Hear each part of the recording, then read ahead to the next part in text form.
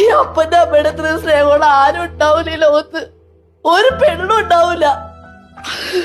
തേക്കുന്നവർക്ക് അറിയില്ല അതിന്റെ വേദന എന്താന്ന്. നീ ഇവിടെ നീ കറിയണം അവൾ അറിയണുണ്ടാ? നീ ചത്ത അവൾക്ക് എന്ത് ചുക്ക് സംഭവിക്കുമെന്നാ? നാണുണ്ടോ നിനക്ക്? താഴേക്ക് നാപ്പോട്ട് എല്ലാം മരിക്കുമല്ലേ നീ ഇവിടെ കിടന്ന്? ഇപ്പൊ എവിടെ പോയി നിന്റെ തന്റെ ഇടം? ആണുങ്ങളുടെ വില കളയാൻ നടക്കണം ചാകാൻ. 8-9 മാസം ചോന്നിട്ടാണെന്നാ ഞാൻ. തിരിയാൻ പറ്റൂല, നിവരാൻ പറ്റൂല, ഇഷ്ടപ്പെട്ടൊരു സാധനം കഴിക്കാൻ പറ്റൂല. ഓരോ സ്കാനിങ്ങിന് പോകുമ്പോൾ ആദ്യമാണ് ചങ്കിനകത്ത് ഒന്നും ഉണ്ടാവല്ലേ, ഒരു കുഴപ്പമുണ്ടാവല്ലേ, ഹാർട്ട് ബീറ്റ് ഉണ്ടാവണേ, കാലുണ്ടാവണേ, കൈ ഉണ്ടാവണേ എന്ന് പറഞ്ഞ് ആശുപത്രിയുടെ ഫ്രണ്ടിൽ ലേബർ റൂമിൽ നിൽക്കണവരുടെ അവസ്ഥ അറിയോ നിനക്ക്?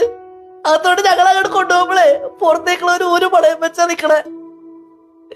ആ വാതില് തുറന്ന് നില്ലേക്ക് ഇങ്ങനെ കൊണ്ടുവന്ന് തരുമ്പല്ലേ ഞാൻ നിന്നെ നോക്കിയൊരു നോട്ടമുണ്ട്. എന്റെ ജീവിതത്തിലെല്ലാം ഒരു ഫസ്റ്റ് അതാണ്. എനിക്കറിയാവുന്നത് അത് തന്നെയാണ്.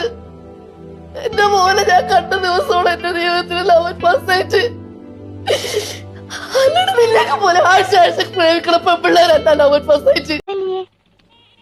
இன்ட்ரோடியூஸ் பண்ற அளவுக்கு இவர் ஒன்றும் பெரிய விஐபி இல்ல.